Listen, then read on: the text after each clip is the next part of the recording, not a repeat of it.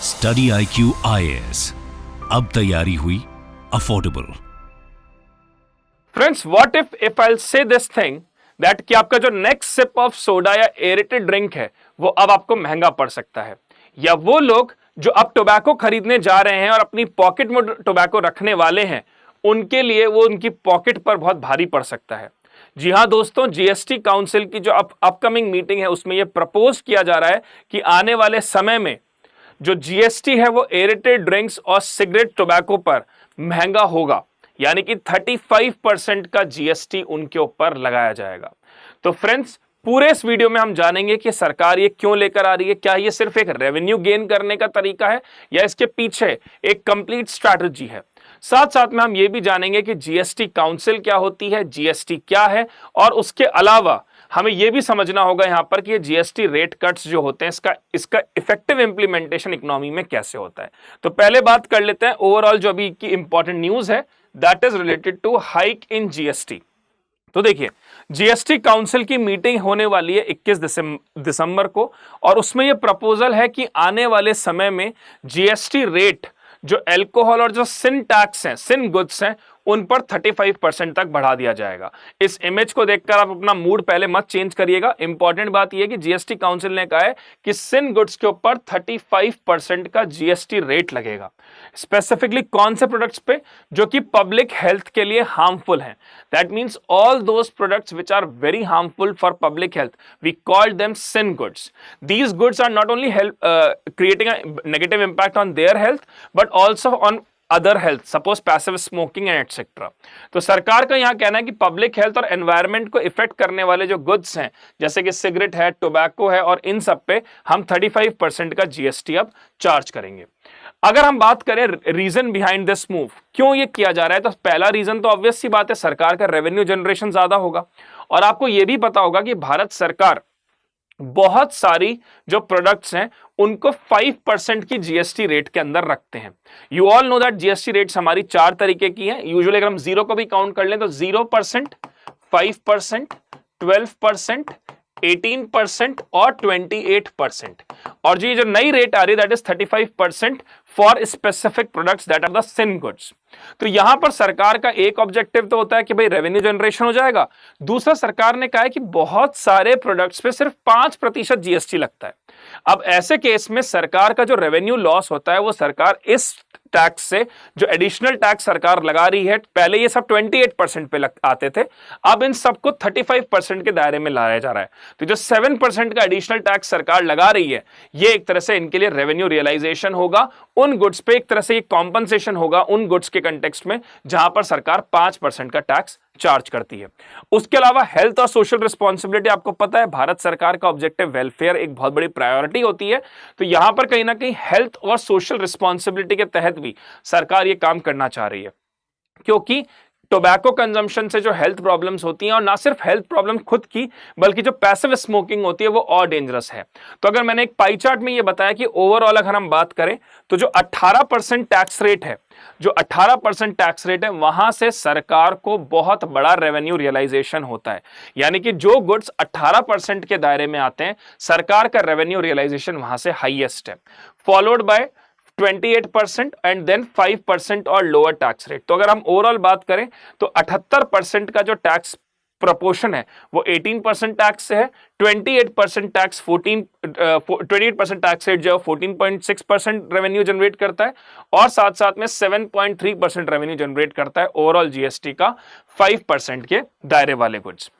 तो यहां पर देखा जाए तो सबसे ज्यादा जो रेवेन्यू जनरेशन है वो 18% के थ्रू जनरेट होता है।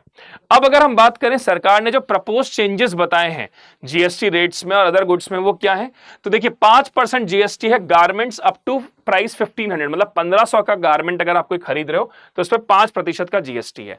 18% का जीएसटी है 1500 से 10,000 के गुड्स पे।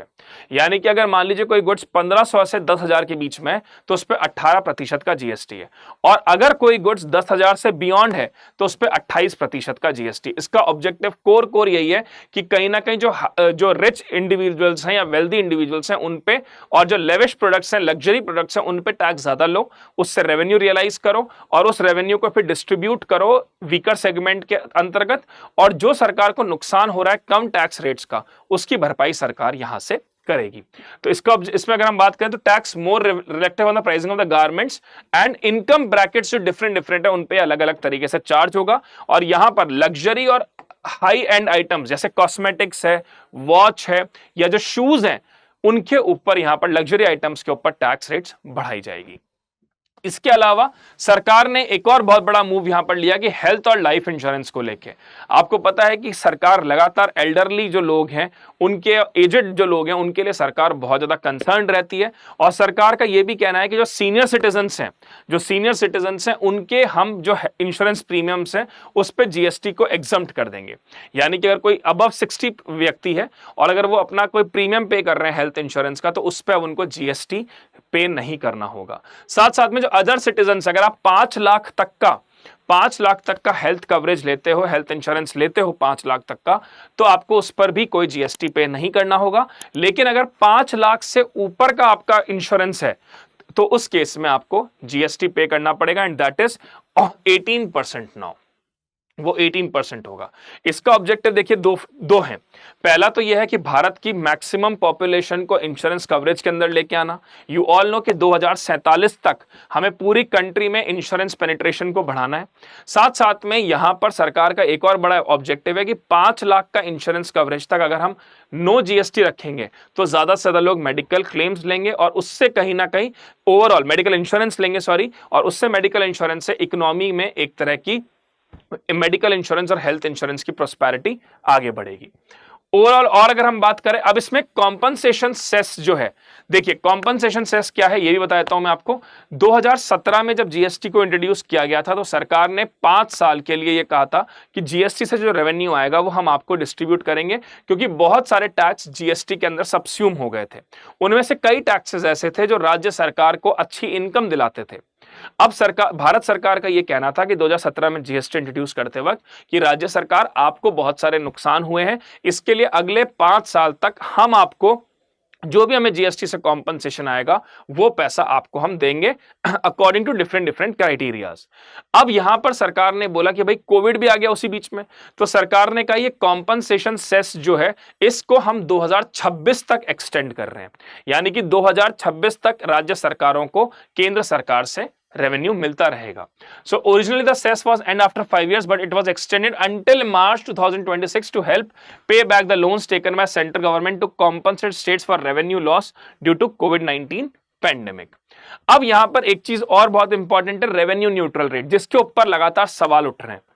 देखिए रेवेन्यू न्यूट्रल रेट क्या कहती है कि अगर सरकार जीएसटी जो लगा रही है उससे उसको मिनिमम कुछ रेवेन्यू जनरेट होना चाहिए, और वो रेवेन्यू जो जनरेट होना चाहिए वो जीएसटी से पहले आने वाला रेवेन्यू, यानी कि जीएसटी जब 2017 में लगाया गया और उससे पहले जब भारत में वैट चलता था या उससे और भी कोई जो टैक्सेस चलते थे उनसे जो रेवेन्यू रियलाइजेशन होता था, तो वो कहीं ना कहीं जीएसटी लगने के बाद में, यानी कि अगर जीएसटी 2017 में लगा है तो जो जीएसटी से रेवेन्यू आना चाहिए वो पुराने टैक्सेस से ज्यादा आना चाहिए। मतलब जीएसटी हम क्यों लाएं? ताकि एक तो वन नेशन वन टैक्स हो जाए, एक भारत के लोग जो हैं उनको टैक्सेस कम पे करना पड़ेगी, और पूरे देश में एक सिमिलर टैक्स रेट्स होनी चाहिए। तो यहां पर सरकार का ऑब्जेक्टिव जो रेवेन्यू न्यूट्रल रेट में है वो ये है कि जो जीएसटी लाया गया है, जीएसटी लाने के बाद आपका रेवेन्यू रियलाइजेशन पुराने टैक्सेस से ज्यादा होना चाहिए। लेकिन अनफॉर्चुनेटली ये जो रेवेन्यू न्यूट्रल रेट है ये कम हुई है जीएसटी आने के बाद। इस पर भी बात करते हैं। देखिए the article also highlight that the revenue neutral rate for GST was set between 15% and 15.5% by an expert committee.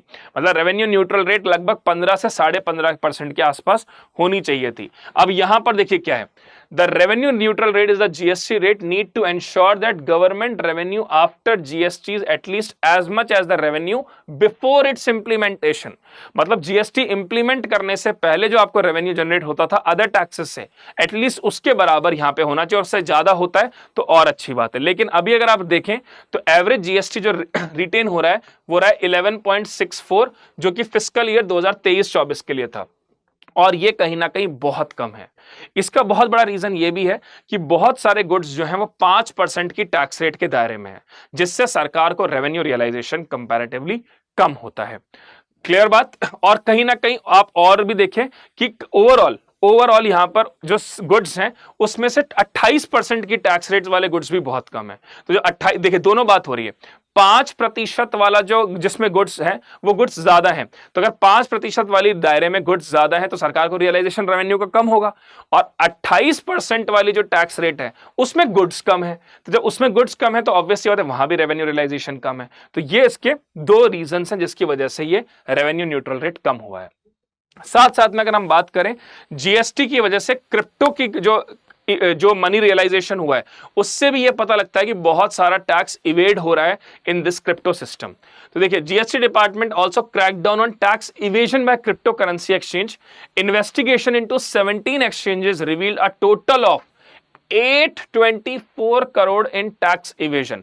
824 crore का टैक्स इवेजन हुआ है थ्रू क्रिप्टोज।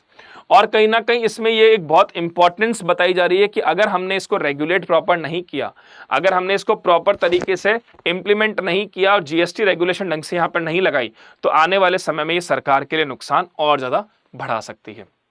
एक बार ये तो हमने पढ़ लिया जो अभी न्यूज में था, एक बार 5-10 मिनट में थोड़ा सा रिवीजन भी कर लेते हैं कि जीएसटी क्या है, जीएसटी काउंसिल क्या है, इन सबको भी देखते हैं। देखिए, जीएसटी 2017 में लाया गया 101st कॉन्स्टिट्यूशनल अमेंडमेंट से। जीएसटी को इसलिए लाया गया ताकि पूरी कंट्री में एक यूनिफॉर्म टैक्स हो, वन नेशन वन टैक्स। साथ साथ में जीएसटी एक डेस्टिनेशन बेस्ड टैक्स है, यानी कि अगर हम बात करें कि जहां पर प्रोडक्ट एक्चुअली में सोल्ड किया जाएगा वहां पर उस स्टेट को टैक्स लेने का हक होगा। अब यहां पर आर्टिकल 279A में एक जीएसटी काउंसिल बनाई गई जो कि एक संवैधानिक संस्था है, जो कि एक कॉन्स्टिट्यूशनल बॉडी है जो ये डिसाइड करती है कि टैक्स रेट्स क्या होंगे और टैक्स रेट्स के साथ साथ में कौन से गुड्स को कौन सी टैक्स रेट में रखा जाएगा। यानी कि अगर मान लीजिए पेन जो मेरे हाथ में है ये 5% में आएगा, 12 में आएगा, 18 में आएगा, 28 में आएगा, ये डिसाइड करेगी जीएसटी काउंसिल। ठीक है। तो जीएसटी काउंसिल के जो चेयरमैन होते हैं वो हमारे फाइनेंस मिनिस्टर होते हैं। उसके नीचे की चीजें इतनी इंपॉर्टेंट नहीं है कि इसमें और कौन कौन मेंबर हैं, बस ये ध्यान रखिएगा इसके चेयरमैन फाइनेंस मिनिस्टर होते हैं। अगर मैं आपको बताऊं जीएसटी काउंसिल के मेंबर्स की, तो टोटल मेंबर्स जो जीएसटी काउंसिल में है वो होते हैं 33 इसमें मेंबर्स होते हैं, जिसमें 28 मेंबर होते हैं स्टेट के। भारत के जो 28 राज्य हैं वहां से टोटल 28 मेंबर्स हैं। 2 जो मेंबर्स हैं वो सेंटर से हैं और उसके अलावा 3 जो हैं वो हमारे यूनियन टेरिटरीज से हैं, जो हमारी 3 यूटीज हैं। कोरम अगर मैं बात करूं तो minimum number of member required to have a meeting, जैसा लोकसभा में हम कहते हैं कि 55 मेंबर्स होने चाहिए मीटिंग करवाने के लिए, 543 मेंबर्स होते हैं, उसका 10%। सिमिलरली यहां पर अगर मैं बात करूं तो कोरम जो है दैट इज 17, मतलब 17 मेंबर्स होने चाहिए तब जाके जीएसटी काउंसिल की मीटिंग होती है। यहां पर राज्यों को कंपैरेटिवली वेट ज्यादा दिया गया है इन ओवरऑल प्रपोर्शन, मतलब राज्यों के पास यहां पर वेट है 22 का और केंद्र के पास यहां पर वेट है 11 का। लेकिन देखिए यह है सरकार डबल इंजन वाली, तो यहां पर दिमाग भी डबल इंजन वाला ही लगा और 2 ही लोगों का दिमाग यहां कंपैरेटिवली ज्यादा लगा है। तो यहां पर बात बोली गई है कि डिसीजन जो लिया गया है वो 75% मेजॉरिटी से लिया जाएगा। यानी कि 75% मेजॉरिटी का मतलब क्या हुआ कि 33 का 75%, यानी कि लगभग 25 के आसपास हो गया ये। तो 25 मेंबर्स जब तक एग्री नहीं करेंगे तब तक जीएसटी काउंसिल का डिसीजन नहीं लिया जाएगा। अब आप देखिए कि राज्य तो है जो है, राज्यों का वोट परसेंटेज 22 है, इसका मतलब बिना केंद्र के सपोर्ट के जीएसटी काउंसिल अपना डिसीजन नहीं ले सकती। देखा जाए तो राज्यों के पास ताकत ज्यादा है, वेटेज उनके पास 22 का है, लेकिन जो डिसीजन लिया जाता है वो 75% मेजॉरिटी से लिया जाता है। तो यहां जो मेजॉरिटी से जो डिसीजन लिया जाएगा उसमें बिना केंद्र के सपोर्ट के ये चीज नहीं हो सकती। आगे अगर हम बात करें नेशनल एंटी प्रॉफिटियरिंग अथॉरिटी का क्या काम है। जैसे ही जीएसटी काउंसिल ने बोला कि जैसे फॉर एग्जांपल मान लेते हैं कैमरा, अब कैमरा अगर 18% की जीएसटी उस पर लग रही है और उसको 12% की जीएसटी पे लाया गया, जीएसटी रेट कम कर दी मान लीजिए, तो उस केस में जो जितने भी सेलर्स हैं जो कैमरा बेच रहे हैं, जैसे मान लीजिए मैं किसी दुकान पे जाता हूं, मैं उनको कहता हूं सर कैमरा चाहिए, अब अगर वो मुझे 18% की जीएसटी लगा के ही कैमरा दे रहे हैं तो फिर नापा उनके अगेंस्ट एक्शन लेगा, नेशनल एंटी प्रॉफिटियरिंग अथॉरिटी उनके अगेंस्ट एक्शन लेगी, यानी कि उस कैमरा वाले को मुझे 12% पे ही कैमरा देना होगा, क्योंकि जीएसटी काउंसिल ने बहुत सोच समझ के उसको 18 से 12 पे शिफ्ट किया होगा। ये एक एग्जांपल है। तो नापा का क्या रोल है कि अगर जीएसटी काउंसिल ने रेट कट करा है तो उसका अल्टीमेट बेनिफिट कंज्यूमर तक पहुंचना चाहिए, और अगर कोई संस्था ऐसा नहीं कर रही है तो उसका रजिस्ट्रेशन कैंसिल तक किया जा सकता है। ठीक है, उसके अलावा जीएसटी ट्रिब्यूनल का क्या रोल है? जैसे मान लीजिए कि मेरे को कोई डिस्प्यूट है इनकम टैक्स अथॉरिटी से रिलेटेड, तो मैं जीएसटी ट्रिब्यूनल में जा सकता हूं। इससे भी अगर सेटिस्फाइड आप नहीं हो तो जीएसटी एपिलेट ट्रिब्यूनल भी बनाई गई है। लेकिन अगर मान लीजिए केंद्र और राज्य के बीच में कोई डिस्प्यूट है टैक्स को लेकर, या मान लीजिए कि केंद्र का कोई मामला है और राज्य उसमें इन्वॉल्व हो रहे हैं, तो उस केस में आप सीधा एपिलेट ट्रिब्यूनल में जाएंगे। उस केस में आप जीएसटी ट्रिब्यूनल में नहीं जाते।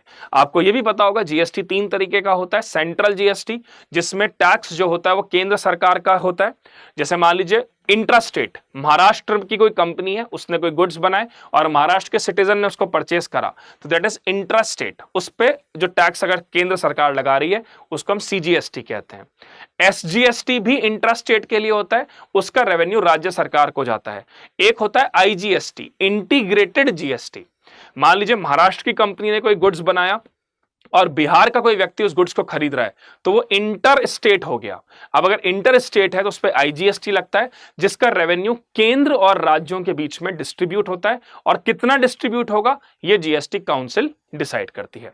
ठीक है दोस्तों, तो उम्मीद करता हूं ये टॉपिक आपको समझ में आया होगा। और कुछ कुछ गुड्स एग्जम्प्टेड हैं जीएसटी से, जैसे पेट्रोल है, डीजल है, अल्कोहल है, इलेक्ट्रिसिटी है, ये जीएसटी के परव्यू से बाहर है। इस क्वेश्चन को आप एक बार अटेम्प्ट करिए और मुझे कमेंट में बताइए कि इसका सही आंसर क्या होना चाहिए।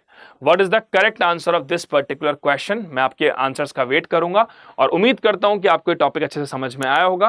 कमेंट में लिखकर जरूर बताइए इसका आंसर, और साथ साथ में मुझे यही बताइए कि आपको ये वीडियो कैसा लगा। और उसके साथ साथ में एक बहुत इंपॉर्टेंट अनाउंसमेंट आप सबके लिए, स्टडी IQ लेकर आया P2I foundation batch for December. ये 7 दिसंबर को ये बैच हमारा स्टार्ट हो रहा है शाम को 6 बजे से, 7 दिसंबर 6 PM। ये बैच 3 लैंग्वेजेस में है, हिंदी, इंग्लिश और हिंग्लिश। अगर आप 2026 का अटेम्प्ट देना चाह रहे हैं तो इसकी फीस है 29,999। अगर आप 2027 का अटेम्प्ट देना चाह रहे हैं तो इसकी फीस है 34,999। इसमें आपको फाउंडेशन का पूरा प्रीलिम्स, मेंस, इंटरव्यू तक की तैयारी कराई जाएगी। अगर आपका प्री क्वालिफाई हो जाता है तो आपको दिल्ली बुलाया जाएगा, आपकी फीस रिफंड करी जाएगी, और मेंस रेजिडेंशियल प्रोग्राम के तहत यहाँ पे आपका रहना खाना सब स्टडी IQ बेयर करेगा। साथ साथ में आपको इंटरव्यू की तैयारी भी यहाँ पे कराई जाएगी। और सबसे स्पेशल फीचर है इसका 1-to-1 मेंटोरशिप, जिसमें हमारे एक्सपर्ट्स जो है 1-to-1 मेंटोरशिप करते हैं। टाइम टेबल बनाना, आपका पूरा प्रॉपर स्टडी पैटर्न समझना, उसके अलावा आपके डाउट्स कंसर्न को देखना, बेहतरीन कंटेंट आपको प्रोवाइड करवाना, ये सब इसमें है। और अगर आप मेरे कूपन कोड का इस्तेमाल करते हैं तो आप यहां पर मैक्सिमम डिस्काउंट पा सकते हैं। तो guys, this is all from my side. Thank you so much and I hope you all enjoyed this video. Study IQ IAS, अब तैयारी हुई अफोर्डेबल।